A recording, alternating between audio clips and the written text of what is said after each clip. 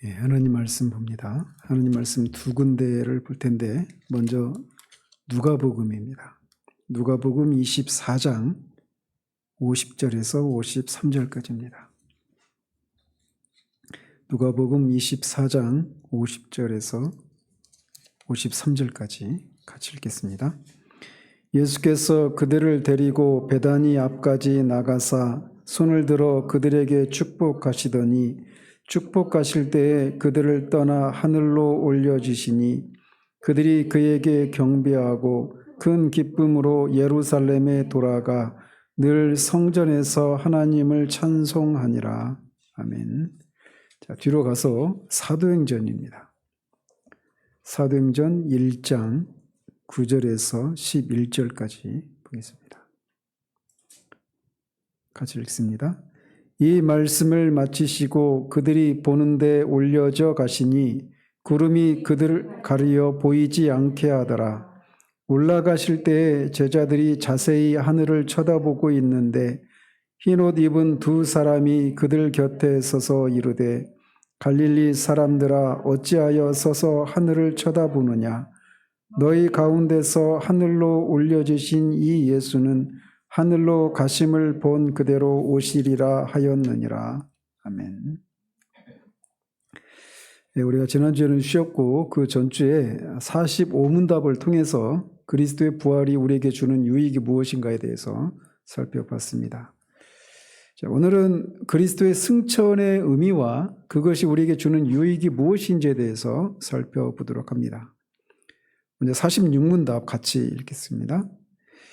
그리스도께서 하늘에 오르사라는 말을 그대는 어떻게 이해합니까? 그리스도께서 제자들이 보는 가운데서 땅으로부터 하늘로 취하여 지셨고 우리의 유익을 위하여 거기에 계속 계시며 장차 산자와 죽은 자들을 심판하기 위하여 다시 오신다는 뜻입니다. 그래서 원래 이제 하이델베르그 요리문답은 52주로 이렇게 짜져 있는데 교육이 18주째 가르치는 대목이 그리스도의 승천입니다.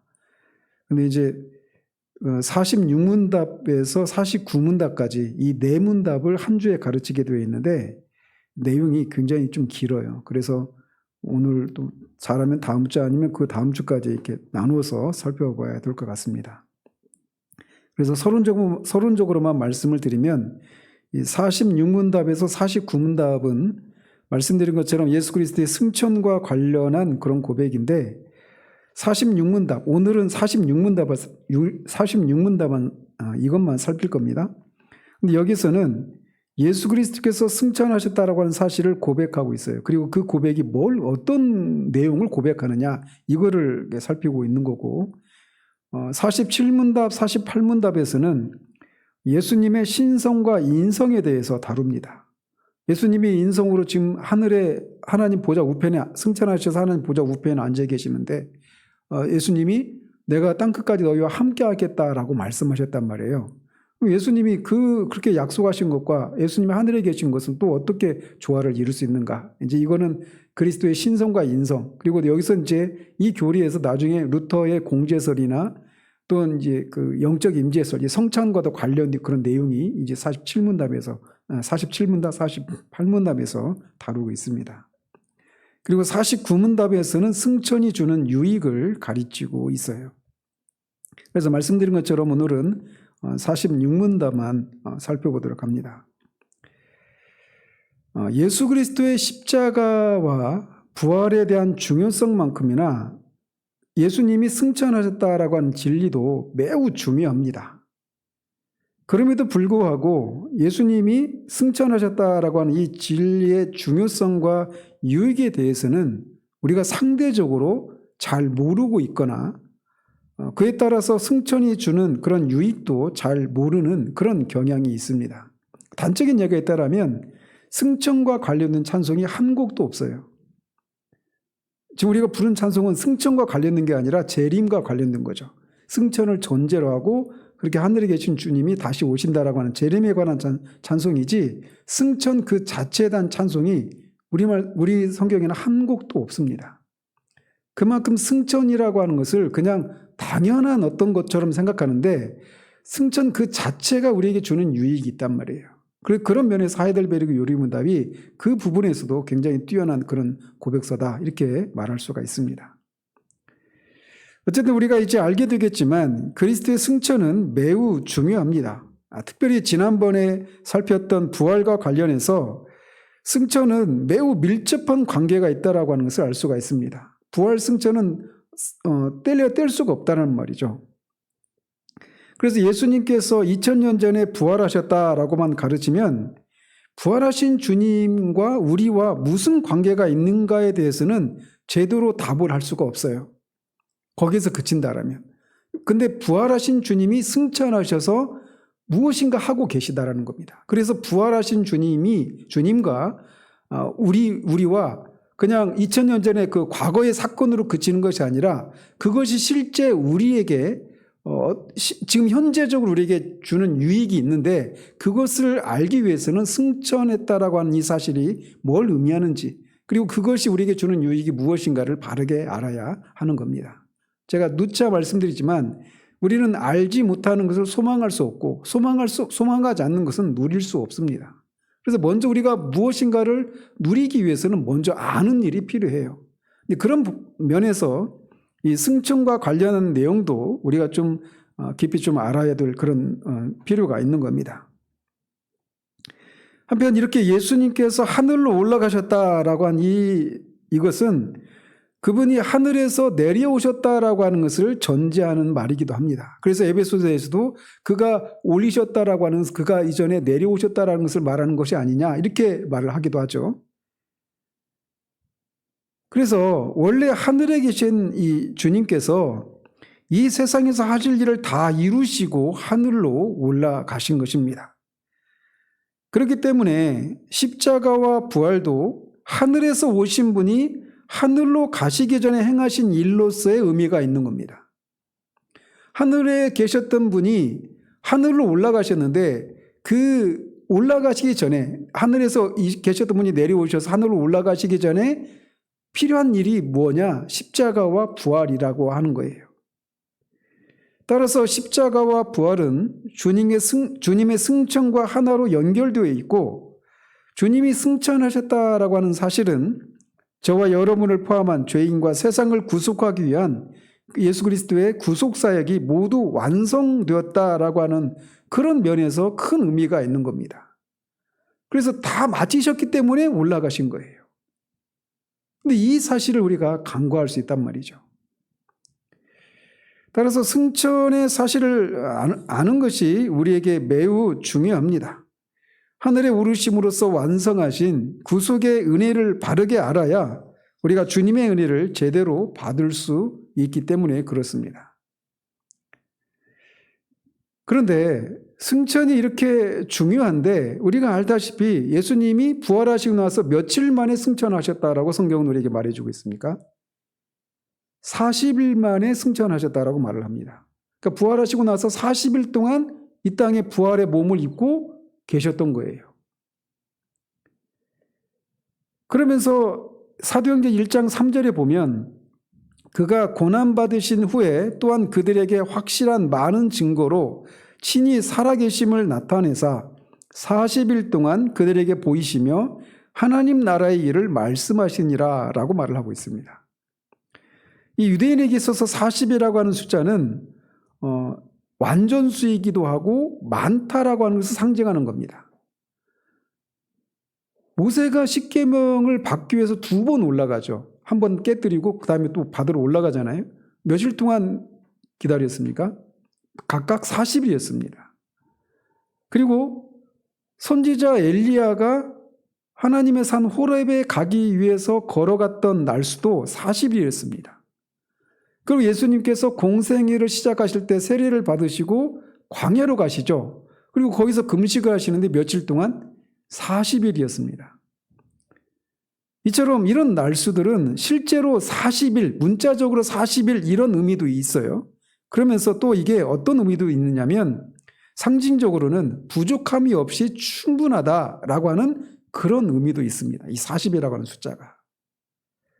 따라서 누가가 주님이 부활하신 후 40일 동안이라고 하는 기간을 굳이 밝히고 있는 이유는 부활하신 예수님께서 제자들과 함께 머무시면서 그들에게 자신을 보이시고 하나님 나라의 일을 말씀하신 날수가 결코 부족함이 없다라고 하는 것을 말해주고 있는 거예요.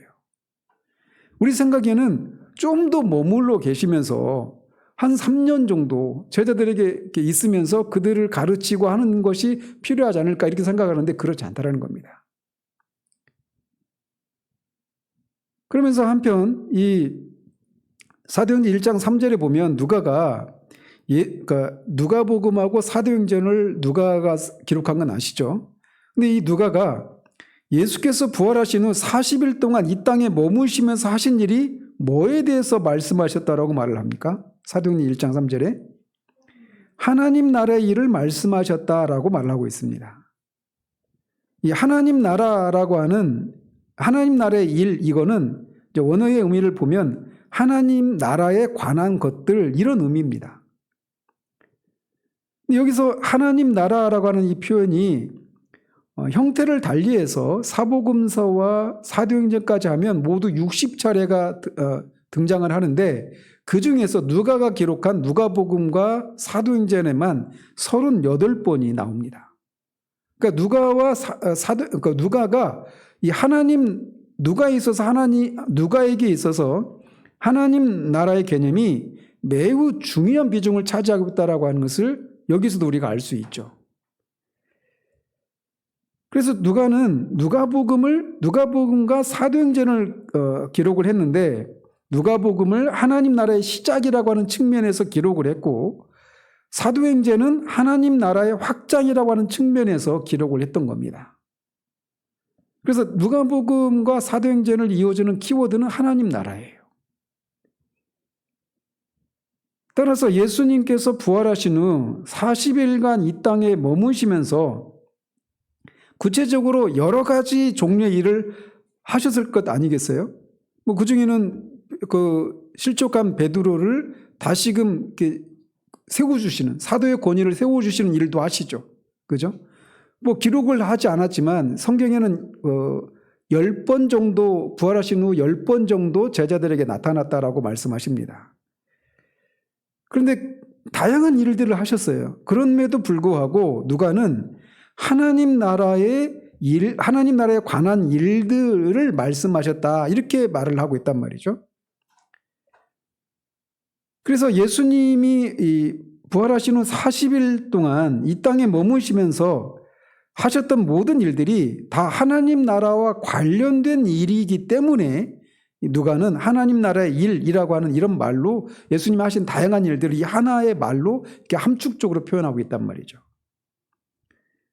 이 하나님 나라는 이미 구약 성경에서 선지자들을 통해서 예언되었던 것이고 예수님이 이 땅에 오시는 것을 통해서 하나님의 나라가 이미 임한 것이죠. 그리고 하나님 나라가 임했다라고 하는 가장 강력한 증거가 뭐였습니까? 예수님이 귀신을 쫓아내시는 이런 일을 통해서 귀신을 쫓아내시고 병을 고치시고 한 이런 일들은 하나님 나라가 임했다라고 하는 가시적인 증거들이었어요. 그런데 이제 이 하나님 나라, 그렇게 시작된 예수님의 성육신과 함께 시작된 하나님 나라는 이제 예수님의 재림을 통해서 이제 완성이 되는 것이죠. 우리는 그 사이에 살고 있는 겁니다. 하나님 나라라고 하는 관점에서 보면 우리가 그렇게 살고 있는 거예요. 그런데 누가가 이 사도행전 1장 3절에서 예수께서 부활하신 일을 요약하면서 이 하나님 나라의 일을 말씀하셨다, 이렇게 기록한 것은 예수님의 승천 이후 이 땅에 남겨지게 될 제자들과 우리 성도들이 할 일 역시 하나님 나라의 일을 말하는 것이 되어야 한다라고 하는 것을 보여주기 위한 의도입니다. 그래서 사도행전은 예수님으로부터 사명을 받아서 하나님 나라의 일을 전하는 사도들과 제자들의 행적을 기록한 책이잖아요. 그죠? 그리고 그 결과 초대교회가 예루살렘에서 유대로 또 사마리아로 세상으로 땅끝까지 이렇게 전파되는. 그러니까 예수님이 1장 8절에서 너희가 위로부터 권능을 받으면 예루살렘과 유대와 사마리아와 땅끝까지 내 증인이 되리라 이렇게 말씀하셨는데 그 순서대로 이제 사도행전이 기록이 되는 겁니다. 그러면서 이렇게 사도행전 1장도 하나님 나라로 시작을 하고 사도행전 마지막 장 28장 31절에도 바울이 로마의 감옥에 있으면서 3년 동안 그때 있잖아요. 근데 그러면서 거기 전파했던 게 뭐냐면 하나님 나라를 전파했다. 이렇게 말을 하고 있습니다. 그래서 시작과 끝도 하나님 나라로 이렇게 이 봉투기법이라고 하는데 그렇게 사도행전이 그렇게 기록이 되어 있어요. 한편 이렇게 주님이 40일 동안 부활하시고 40일 동안 이 지상에 계시면서 하나님 나라의 일을 말씀하셨는데 예수님이 살아계실 때와는 다른 방식으로 제자들에게 나타나셨습니다. 주님이 제자들과 지상에 계실 동안에는 항상 제자들과 함께 하셨죠. 항상 함께 하셨지만 부활하신 이후에는 주님이 필요하다고 여기실 때만 나타나셔서 하나님 나라의 진행에 관해서 제자들을 가르쳐 주신 것입니다. 그래서 40일 동안 성경의 기록에 의하면 10번 내지는 암시적으로는 11번 이렇게 볼 수가 있습니다. 그래서 때로는 제자들만 있을 때 나타나기도 했고 또 디베라 바다에서 고기를 잡고 있는 제자들을 찾아가서 만나기도 했고 갈릴리에 있는 산에서 만나기도 하셨습니다. 그리고 예수님은 마지막으로 제자들을 감람산으로 이렇게 나아가셔서 거기에서 제자들이 보는 가운데 하늘로 올라가십니다. 이때는 고린도 전서에 의하면 500여 명 정도 되는 형제들이 다 그걸 목격했다 이렇게 말을 합니다. 그래서 지나가면서 말씀을 드리면 우리가 고대의 어떤 사건들 있잖아요. 2000년 전에 2000년 전이면 우리나라 역사로 치면 어떤 때입니까? 고조선 때잖아요. 고조선의 역사를 우리가 본 적이 없잖아요. 그러면 그거를 뭘로 그게 역사적으로 일어났다라고 하는 것을 우리가 뭘로 그걸 우리가 확신할 수 있습니까? 증거가 있어야 되잖아요. 또 증인들도 있어야 되죠. 그죠? 그런데 이 학문적으로 보면 고대에 있었던 역사적인 사건에 대해서 그 일이 실제로 일어났다라고 하는 것을 증언하는 증인들의 숫자를 이렇게 보면 예수님의 부활이나 또 승천과 관련해서 그것을 목격한 사람들이 그 증인의 숫자가 압도적으로 많다고 그래요. 근데 이제 예수님의 그 부활과 승천에 대해서는 증인들이 다른 세상의 역사를 증언하는 그런 증인들의 숫자보다도 많음에도 불구하고 예수님의 부활과 승천은 안 믿죠.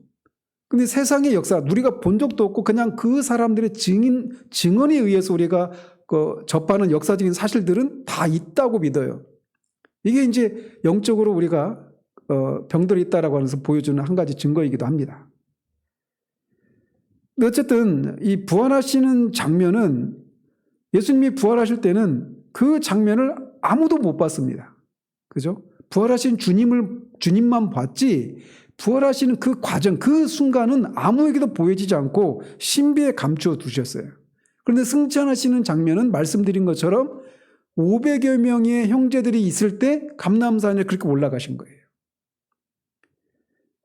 그래서 이 승천하시는 광경을 보여주신 것은 주님의 사역에 있어서 중요한 의미가 있고 그것을 직접 목격한 제자들과 또 그 제자들의 증언을 따라 믿고 있는 우리들에게도 무엇인가 유익이 있기 때문에 그렇게 보여주셨다. 이렇게 말할 수가 있는 겁니다. 자, 한편 주님은 하늘로 가셨다 이렇게 말을 하는데 승천하신 주님이 올라가신 그 하늘을 구약에서도 주님과 같이 육체를 입고 올라간 사람들이 있었죠. 최초의 사람은 누굽니까? 창세기 에녹이죠. 창세기 5장 24절에 에녹이 하나님과 동행하다가 하늘로 올라가죠. 그죠? 그리고 또 누가 있었습니까? 엘리야 선지자가 열왕기하 2장에 보면 엘리야도 하늘로 불병거를 타고 그렇게 올라갑니다. 그리고 그곳이 바로 사도행전 2장 2절에서 보면 하늘로부터 성령이 임하시잖아요. 그래서 성령이 나오신 곳도 바로 그곳이고 그곳을 바울은 고린도서 12장에서는 뭐라고 말합니까? 셋째 하늘이라고 말을 하죠. 3층천. 그래서 이 히브리인들의 사고에 의하면 하늘을 크게 세 개로 나누어서 그렇게 봅니다. 첫째 하늘이라고 할 때 첫 번째 의미는 우리가 보는 하늘이에요. 오늘 하늘 굉장히 맑다, 높다, 파랗다 이런 얘기 하잖아요. 바로 우리가 보고 있는 공기와 구름이 있는 그 하늘, 대기권을 보는 그 하늘을 말합니다. 첫 번째 하늘은. 두 번째 하늘은 별이나 달이나 이런 천체가 있는 하늘, 이거를 둘째 하늘로 그렇게 말을 합니다. 그리고 셋째 하늘은 우리 주님이 들어가시고 우리가 천국이라고 부르는, 낙원이라고 부르는 바로 그곳을 가리킵니다. 이것은 우리가 눈에 보이는 둘째 하늘이라고 말하는 그 바깥에 광활하고 밝고 깨끗하고 영광된 공간으로서 하나님과 축복받은 자들이 거하고 있는 장소를 가리킵니다. 여기는 실제로 있는 공간이에요. 없는 곳이 아니라. 제가 결혼 전에 제가 다니던 교회에서는 결혼 전에도 세례 교육을 받거든요. 세례 문답 있죠. 그걸로 이제 교리 공부를 해요. 간단하게라도. 근데 그때 그거를 담당하셨던 목사님이 자꾸 이 천국을 마치 어떤 공간의 개념으로 그렇게 공간으로, 실제 있는 공간으로 믿지 않으려고 하는 취지로 자꾸 얘기를 하더라고요. 그런 쪽으로 자꾸 끌어가더라고요. 저는 이제 그게 간파가 되더라고요. 그래서 제가 그때 아내는 기억이 날지 모르겠지만 저는 그때 딱 걸리는 거예요. 그게 벌써 의도가 딱 간파가 되면서 그때 제가 굉장히 강력하게 얘기를 했습니다. 실제로 있는 공간이라고. 결국은 그분은 이제 자신의 주장을 이렇게 끝까지 펼치지는 않았는데 제가 굉장히 실명을 들으면 굉장히 그분에 대해 신뢰가 되어서 제가 말씀을 안 드리는데 굉장히 전 충격이었죠. 그때. 제가 다니던 교회 목사님이 아니고 거기에서 이제 협력 목사로 계셨던 분이에요. 오해는 하지 마십시오. 근데 어쨌든 그러면서 그분이 어떤 유명한 청교도 책의 번역자이기도 해요. 그래서 제가 굉장히 충격이었어요. 그때 그 순간에. 근데 어쨌든 이곳은 실제로 하나님이 거하시고 천군과 천사와 또 구원받은 성도들이 영혼이 가 있는 그 공간을 가리키는 겁니다. 요한계시록 4장 이하에서 나오는 하늘이라고 말하는 그 공간을 가리키는 거예요.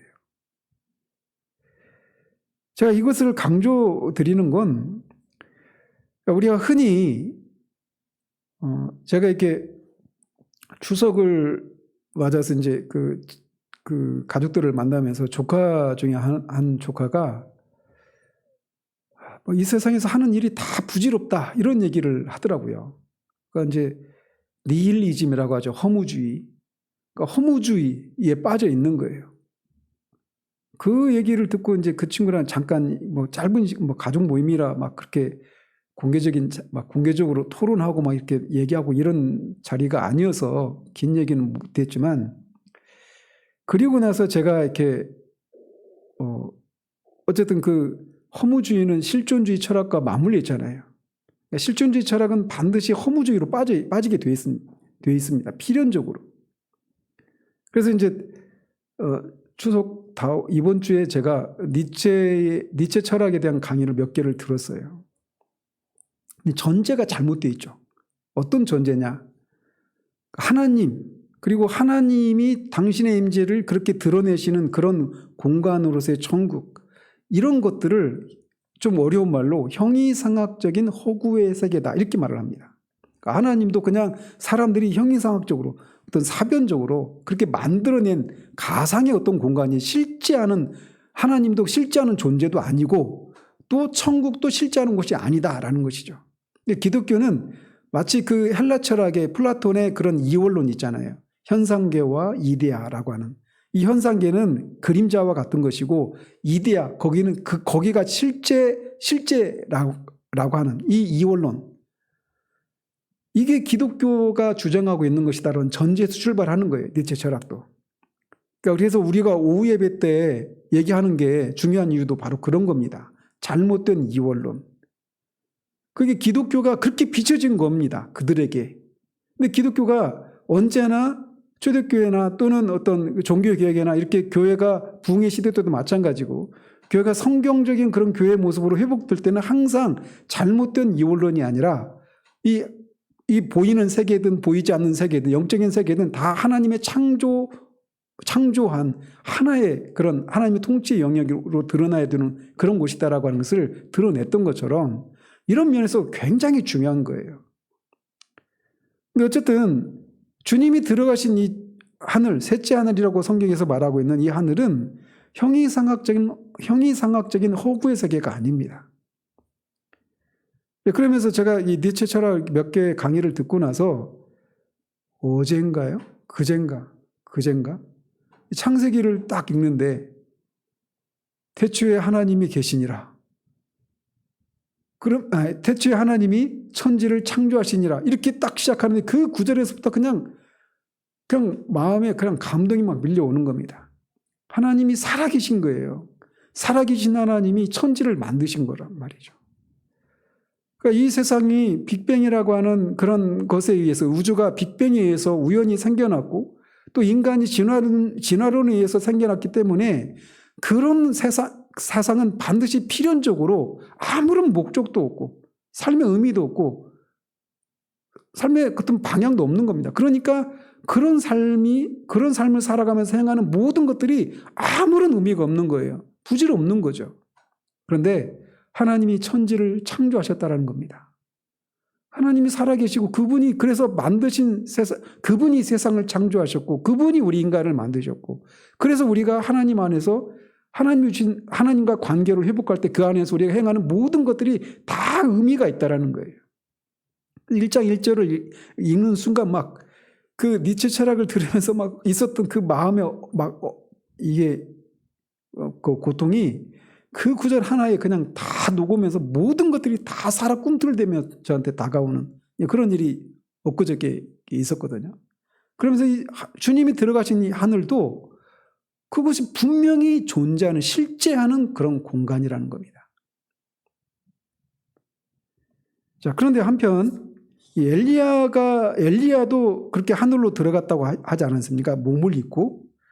그런데 그 엘리야의 제자들은 엘리야가 하늘로 올라가다가 여호와의 성령이 그를 산이나 골짜기에 떨어뜨렸을지도 모르니까 그를 찾으러 가자 하면서 막 찾으러 갔죠. 그런데 예수님의 제자들은 그렇게 하지 않습니다. 예수님이 하늘로 올라가셨다라고 하는 것을 알고 있었기 때문이에요. 어떻게 그걸 확신할 수 있었습니까? 흰옷 입은 두 사람이라고 말하는 천사가 그들이 예수님이 어디로 가셨는가를 말해줬기 때문에 그렇습니다. 하늘을 보고 있던 제자들에게 흰옷 입은 두 사람이라고 묘사한 천사가 나타나서 너희 가운데서 하늘로 올려지신 이 예수는 하늘로 가심을 본 그대로 오시리라 이렇게 가르쳐 주었습니다. 그래서 제자들은 예수님께서 승천하신 사실을 눈으로 보고서만 안 것이 아니라 천사들의 말을 믿어서 알았던 겁니다. 이런 면에서는 우리도 마찬가지죠. 우리가 본 적이 없잖아요. 믿음으로 예수님께서 하늘로 올라가셨다고 하는 성경 말씀을 믿고서 이 사실을 확신하는 겁니다. 자, 그런데 누가복음 24장 50절에서는 예수님께서 제자들에게 하늘로 올라가시면서 뭐 하시면서 올라가셨다라고 말을 하고 있습니까? 손을 들어서 축복하시면서 하늘로 올라가셨다라고 말을 하고 있습니다. 자, 우리가 어디로 갈 때 항상 우리 몸은 어디를 향해 있습니까? 가고자 하는 방향을 향해 가고 있죠. 우리 앞이. 그러면 우리는 그 사람의 등을 봅니다. 일반적으로. 그죠? 그런데 예수님께서는 제자들을 바라보시면서 손을 들어서 복을 주셨고 복을 주시면서 그대로 하늘로 올라가신 겁니다. 그러니까 손을 들어서 복을 주시는 그 장면을 제자들이 본 거예요. 그러니까 어떤 장면인지 아시겠죠? 일반적인 장면이 아니죠. 그래서 손을 들어 그들에게 축복하시더니 축복하실 때 그들을 떠나 하늘로 올려지시더니 이렇게 말을 하고 있어요. 그래서 예수님께서는 등을 보이신 것이 아니라 손을 들어서 복을 내려주시면서 그대로 하늘로 올라가신 겁니다. 그리고 구름이 예수님을 가려서 보이지 않게 될 때까지 그런 모습으로 올라가신 것입니다. 근데 주님의 이 마지막 모습은 제자들에게 매우 강렬한 인상을 남겨준 것이 분명해요.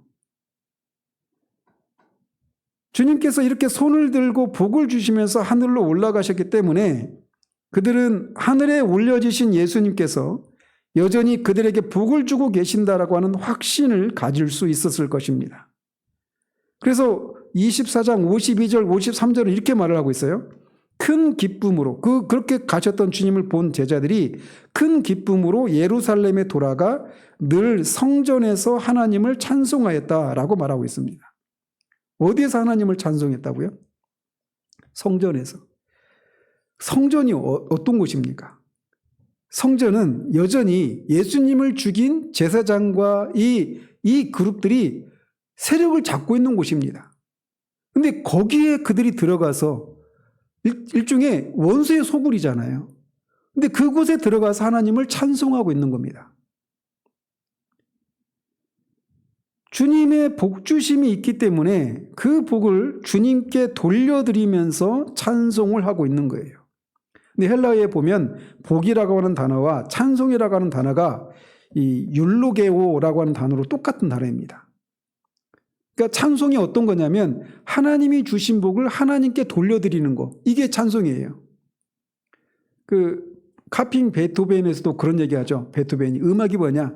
신이 이 세상 속에 공기 속에 주신 신의 파동 이거를 작곡가가 캐치해서 그거를 다시 신께 돌려드리는 거. 이게 음악이다 이렇게 얘기하잖아요.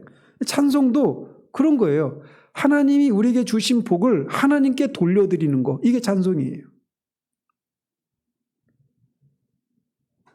그래서 이렇게 주님께서 손을 들어 복을 주시면서 하늘로 올라가신 이 사실을 우리가 보면서 오늘날 하나님의 백성들인 우리도 동일한 은혜를 깨달아 알게 됩니다.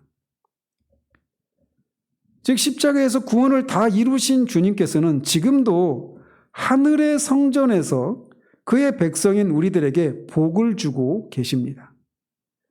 이 승천의 유익을 살필 때 우리가 이것을 살필 거예요. 주님이 이런 복 주시는 손 아래서 오늘도 우리가 놓여 있다라고 하는 것을 깨달을 때 이 제자들이 성전에서 주님의 원수들인 세력들이 있는 성전에서 하나님을 찬양했던 것처럼 우리도 이 사실을 깨달을 때 하늘의 성전인 참 하늘의 성전에서 예수님이 우리에게 복을 지금도 주고 계시다라고 하는 것을 알 때 우리가 이 세상에서 주님을 대적하는 이 세상에서 하나님께 찬송을 드리는 삶을 살 수 있다는 거예요. 이걸 알려면 승천이 어떤 의미가 있는가를 알아야 되는 거예요. 이 삶을 살기 위해서는. 그런 면에서 굉장히 중요한 내용이겠죠.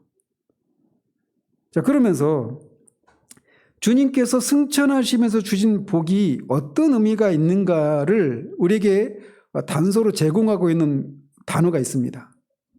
그게 뭘까요? 사도행전 1장 9절에 구름이라고 하는 단어입니다.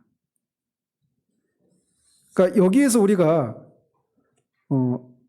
이렇게 이해를 해요. 사도행전 1장 9절이 주님이 구름에 가리워져 보이지 않게 되더라 이렇게 이해를 합니다.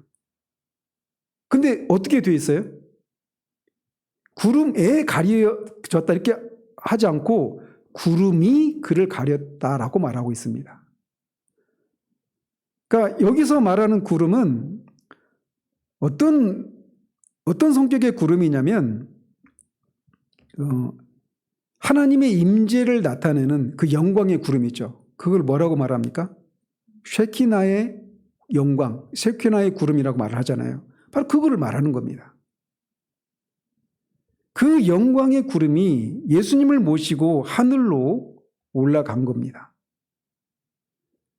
예수님께서 이 영광의 구름을 타고 하늘에 가셨다라고 하는 것은 예수님께서 오르신 하늘이 물리적인 하늘이 아니라 참 하늘임을 가르쳐 주고 있는 겁니다. 이스라엘 백성이 성막을 완성하셨을 때 여호와의 영광의 구름이 성막에 가득했죠. 그때 모세도 그렇고 제사장들도 그 구름, 그 영광의 구름 때문에 감히 성막 안으로 들어가지를 못했습니다. 그랬죠? 그랬는데 구약의 중보자인 모세는 그 영광의 구름 안으로 들어갈 수 없었지만 신약의 중보자이신 예수님은 영광의 구름에 쌓여서 하늘의 성전으로 들어가신 겁니다. 굉장히 이게 의미가 새롭게 다가오죠. 그래서 히브리서 9장 24절에서는 이 의미를 이렇게 가르칩니다. 히브리서 9장 24절에 그리스도께서는 참것의 그림자인 손으로 만든 성소에 들어가지 아니하시고, 그러니까 구약의 중보자인 모세는 참것의 그림자인 손으로 만든 성소에도 들어가지 못했어요. 그 영광의 구름 때문에. 그런데 신약의 중보자이신 예수님은 참것의 그림자인 손으로 만든 성소에 들어가지 아니하시고 바로 그 하늘에 들어가사 이제 우리를 위하여 하나님 앞에 나타나시고 라고 말합니다. 그리고서 9장 24절에 여기 우리말에 그 하늘에 들어가사 이렇게 되어 있는데 원문에는 그 하늘 자체로 이렇게 되어 있어요. 그래서 예수님이 들어가신 하늘은 참 하늘이라고 말을 하고 있는 겁니다. 이렇게 말할 수 있는 것은 그 구절의 앞에 표현에 참것의 그림자인 이런 표현에서도 우리가 알 수가 있는 겁니다. 그래서 주님이 들어가신 하늘은 참 하늘이라고 말을 할 수가 있는 거예요. 우리가 보는 그런 첫 번째 하늘도 아니고 두 번째 하늘도 아닌 셋째 하늘이라고 말하는 그 하늘을 가리키는 겁니다. 이렇게 예수님께서는 영광의 구름과 함께 참 하늘로 가셨고 거기에서부터 땅에 있는 우리에게 손을 들어서 하늘에 속한 신령한 복을 내려주시고 계신 거예요. 그 세계에서 예수님께서 그 빛을 조금 비추시면 요한계시록에 있는 것처럼 사도 요한은 그 영광의 빛 앞에 죽은 자처럼 엎드립니다.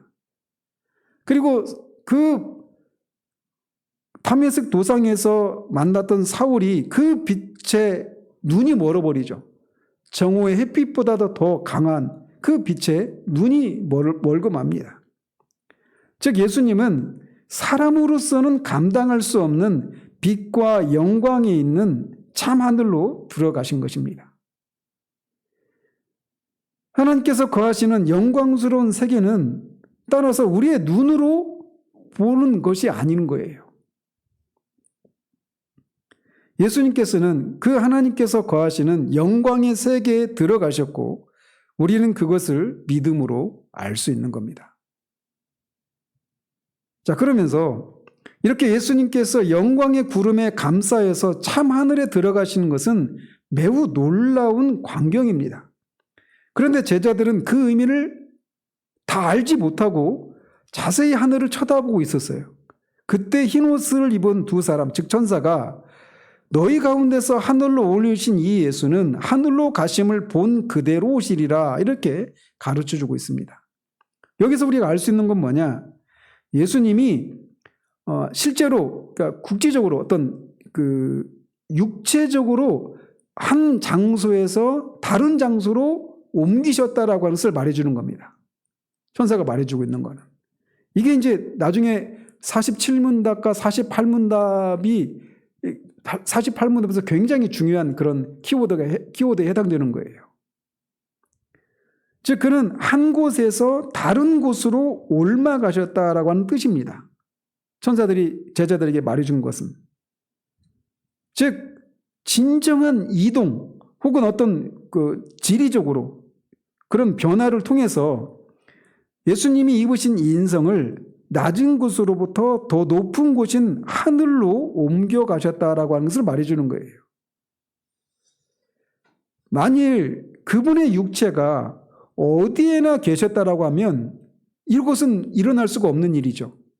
그죠? 이제 공제설을 주장하는 루터의 주장을 이제 여기서 이런 것에서 우리가 반박할 수 있는 겁니다.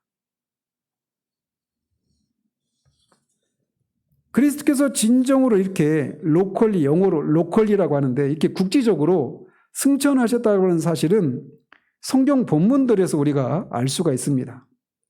그래서 요한복음 12장 8절에 가난한 자들은 항상 너희와 함께 있거니와 나는 항상 있지 아니하리라 이렇게 말씀하셔요. 그러니까 주님의 몸이 이 세상에 있는 때도 있지만 없는 때도 있을 것이다 라고 하는 것을 말해주고 있는 겁니다. 또 내가 떠나가는 것이 너희에게 유익이라 내가 떠나가지 아니하면 보혜사가 너희에게로 오시지 아니할 것이요 가면 내가 그를 너희에게로 보내리니 라고 하는 요한복음 16장 7절의 말씀에서도 주님이 몸으로 그렇게 떠나가셨다라고 하는 것을 이 세상을 떠나가셨다라고 하는 것을 말해주고 있습니다. 또 요한복음 6장 62절에서는 그러면 너희는 인자가 이전에 있던 곳으로 올라가는 것을 본다면 어떻게 하겠느냐 이 말씀도 주님이 육체로 이 땅에 계시다가 육체로 하늘에 올라가셨다라고 하는 것을 암시해 주고 있는 거죠. 또 골로새서 3장 1절에서는 그러므로 너희가 그리스도와 함께 다시 살리심을 받았으면 위의 것을 찾으라. 거기는 그리스도께서 하나님 우편에 앉아 계시느니라. 이렇게 말을 합니다. 그래서 주님이 들어가신 그곳, 주님이 앉아 계신다라고 하는 것은 인성으로 그곳에 앉아 계신다라고 하는 것을 말하는 거죠. 그래서 천사들이 예수님 제자들에게 말씀하신 것은 예수님이 인성을 그 육체를 입고 실제로 세상에서 하늘로 옮기셨다. 그래서 이 세상에는 안 계신다라고 하는 것을 말해주는 거예요. 뭘로? 인성으로는. 물론 신성으로는 예수님이 이 땅에 계실 때도 신성으로는 하늘에 계셨습니다. 한 번도 하늘을 비우신 적이 없어요. 신성으로는. 신성으로는 어디나 계시기 때문에 주님이 계시지 않는 곳이 한 군데도 없습니다. 모든 것에 완전하게 우리가 편재하심에 대해서 배웠잖아요. 하나님의 속성에 대해서. 성자 하나 예수님도 성자 제2 유이신 성자 하나님이시기 때문에 신성으로는 똑같은 방식으로 그렇게 존재하시는 분이시란 말이죠. 근데 인성으로는 주님이 이 땅에 계셨다가 지금은 안 계신다라는 겁니다. 그분은 하늘에 참 하늘에 계신다라는 거예요. 그래서 이렇게 복을 주시면서 하늘로 올라가신 예수님께서는 제자들이 가심을 본 그대로 즉 육체적으로 가시적으로 육체의 재림 육체적으로 승천하신 육체를 입고 승천하신 것처럼 육체를 입고 다시 가시적으로 그렇게 오셔서 세상을 심판하시고 자기 백성들을 영원한 영광으로 인도하실 것이다 라고 하는 것을 우리에게 말해주고 있습니다. 그래서 그분이 가셨으니까 그분이 다시 오실 것에 대한 소망이 우리에게 있는 것이죠. 주님은 지금 그곳에 계십니다.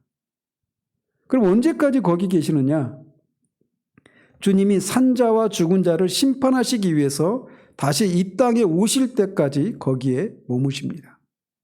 즉 다른 말로는 그는 심판의 날 이전에는 다시 돌아오지 않으시기 위해서 하늘로 올라가셨다. 이렇게도 말할 수 있는 거예요. 그래서 사도행전 1장 11절에 너희 가운데서 하늘로 올려지신 이 예수는 하늘로 가심을 본 그대로 오시리라 라고 말하고 있습니다. 요한복음 14장 3절에서는 가서 너희를 위하여 거처를 예비하면 내가 다시 와서 너희를 내게로 영접하여 나 있는 곳에 너희도 있게 하리라 이렇게 말씀하셔서 주님이 가 계신 곳이 이 세상이 아니라 하늘이라고 하는 그 정해진 한 장소라고 하는 것을 말해주고 있는 겁니다. 만물을 그래서 사도행전 3장 21절에 만물을 회복하실 때까지는 하늘이 마땅히 그를 받아두리라 이렇게 말을 하고 있습니다. 사도 베드로도. 즉 주님은 그렇게 우리가 주님이 사도신경에서 하늘에 오르사라고 하는 이 표현이 이런 내용들을 의미한다라는 거예요. 그러니까 육체를 입고 이 세상에는 인성으로는 안 계신 채로 하늘에 지금 계시다라는 겁니다. 거기서 뭐 하느냐? 이거는 이제 나중에 49문답에서 우리가 살필 것이지만 어쨌든 우리가 그 고백이 의미하는 것은 이런 내용들이라는 거예요. 주님이 지금 하늘에 계십니다. 그리고 우리를 기다리고 계셔요. 근데 기다리고 계시면 그냥 수동적으로 기다리고만 계신 것이 아니라 우리를 위해서 지금도 이렇게 손을 들어서 복을 주시면서 그렇게 올라가셨던 것처럼 하늘 성전에서도 지금 우리에게 복을, 신령한 복을 주시면서 그렇게 계셔요. 어떤 복이냐? 이거는 이제 나중에 살필 거예요. 근데 어쨌든 우리가 이 사실을 우리가 어떻게 확신할 수 있습니까? 예수님을 본 적도 없잖아요. 그렇죠? 우리가 이렇게 예수님이 계신 곳으로 우리도 장차 갈 것이다라고 하는 것을 우리가 확신할 수 있어요. 어떤 걸 통해서? 말씀이죠. 근데 더 말씀뿐만 아니라 성령을 통해서 그것을 보증해 주셨단 말이에요. 그러니까 성령님이 우리 가운데 거하시는 것을 통해 우리가 예수님이 가신 그 하늘로 올라가게 된다라고 하는 것을, 주님이 오시기 전에 우리가 간다면 말이죠. 그런 것을 우리가 확신할 수 있는 이유도 바로 거기에 있는 거예요. 그래서 주님이, 하나님이 계시고 또 하나님이 또 주님이 들어가신 그 하늘이 그 니체나 이런 철학자들이 말하는 것처럼 형이상학적인 허구가 아니라 실제하는 곳이다라고 하는 것을 우리가 어떻게 확신할 수 있느냐? 성령을 통해서 우리가 확신할 수 있는 거예요. 말씀도 보십시오. 말씀도 그 말씀의 진리라고 하는 것을 확증하게 하시는 분이 누구십니까? 성령님이시잖아요. 성령님을 통해서 우리가 성경의 자증성에 대해서 배웠잖아요. 성경이 하나님의 말씀이라고 하는 것을 어떻게 알 수 있느냐? 어떻게 해야 된다고 그랬어요? 성경을 읽어라. 그러면 성령께서 스스로 이게 성경이 하나님의 말씀, 무한 하나님의 말씀이라고 하는 것을 스스로 증명하신다. 이게 성령의 자증성이라고 얘기했잖아요. 그래서 성령님이 우리 가운데 계시기 때문에 우리 예수님이 하늘에 지금 계시고 우리를 기다리고 계시고 우리를 위해서 지금 무엇인가를 하고 계시다라고 하는 우리가 확신할 수 있는 거예요. 주님이 살아계십니다. 주님이 지금 하늘에 계십니다.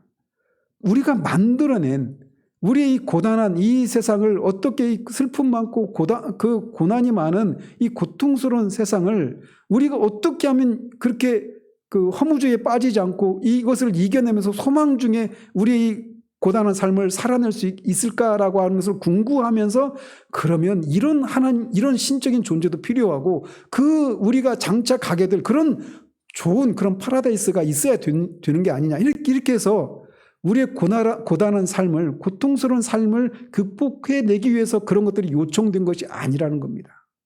그것은 반드시 실제로 있는 겁니다. 그래서 우리가 예수님을 본 적도 없지만 예수님을 사랑하고 예수님을 기다리고 또 저는 막 개인적으로 이 말씀을 준비하면서 막 제 안에 주님을 막 만나 뵙고 싶은 마음이 막 제 안에 있어요. 사실은 막 제 안에 눈물이 가득합니다. 주님이 지금 기다리고 계시거든요. 그곳에서. 그래서 주님이 실제 하신다라고 하는 것을 우리가 확신할 수 있게 하시는 분이 바로 성령님이셔요. 사람이 그래서 거듭나지 아니하면 하나님 나라를 볼 수도 없고 들어갈 수도 없는 건 물론이거니와 볼 수도 없다고 얘기하시잖아요. 성령을 통해 우리가 거듭났기 때문에 보이지 않는 하나님 나라를 주님이 가 계신 그곳을 실제한다라고 하는 우리가 실제적으로 알 수 있는 겁니다. 그렇기 때문에 거듭나지 않고는 다 그렇게 보여지는 겁니다. 기독교의 실제를. 어쨌든 주님은 분명히 부활하셔서 지금 하늘에 계시고 그곳에서 심판하시기 위해서 기다리고 계시는데 그냥 수동적으로 기다리고 계시지만은 않아요. 자, 그렇다면 주님은 이 세상에 인성으로는 계시지 않아요. 그런데 주님이 제 초반문에 말씀드린 것처럼 내가 너희를 세상 끝날까지 너희와 함께 하겠다라고 하는 이 말씀은 또 뭐냐? 주님이 지금 우리와 함께 하십니까? 그 주님이 우리와 함께 하신다라고 하니까 주님이 지금은 하늘에 계신다라고 하는 것이 어떻게 조화를 이룰 수 있느냐? 이 문제를 이제 47문답과 48문답에서 다루고 49문답에서는 그렇게 주님이 승천하셨다고 하는 것이 우리에게 주는 유익이 무엇인가를 우리에게 다루고 있습니다. 어떻습니까? 승천하셨다라고 하는 것이 맛보기로만 서론적인 것만 살폈는데도 우리에게 우리 마음을 뛰게 하지 않습니까? 그만큼 안타깝게도 그럼에도 불구하고 승천에 대한 찬송이 한 곡도 없을 정도로 이 주님이 승천하셨다고 하는 것이 우리에게 어떤 의미가 있는가에 대해서 풍성히 우리가 알지 못하고 있는 이런 현실. 그게 우리가 영적으로 가난한 이유 중에 하나도 바로 이런 내용들을 통해서 우리가 알 수 있는 거예요. 우리 눈을 열어주셔서 주님이 승천하셨다고 하는 그 실제를 우리가 알게 하시고 주님이 거기서 우리의 처소를 지금 예비하시고 우리를 기다리고 계십니다. 우리가 그곳으로 갈 거예요. 그런 소망이 있는 사람처럼 살도록 하십시다. 기도하겠습니다. 하나님 아버지, 우리의 가난함을, 우리의 무지함을 주님 불쌍히 여겨주시고 용서해 주시기를 원합니다. 주님이 하늘에 오르사라고 매주 고백하지만 우리에게 이 진리가 우리에게 그렇게 많이 알려져 있지 않아서 이 진리가 우리에게 주는 유익을 충분히 누리지 못함을 통해 주님이 하신 일들을 온전히 드러내지 못하는 우리의 어리석음을 용서해 주시기를 원합니다. 우리의 눈을 열어주셔서 이 진리를 더욱더 밝히 드러내 주시고 이 진리가 주는 그 유익을 우리가 힘써 누리는 것을 통해 하나님이 하신 일들이 온전히 드러나 하나님께 합당한 존귀와 영광이 돌려지는 일들이 있기를 소원합니다. 예수 그리스도 이름으로 기도합니다. 아멘.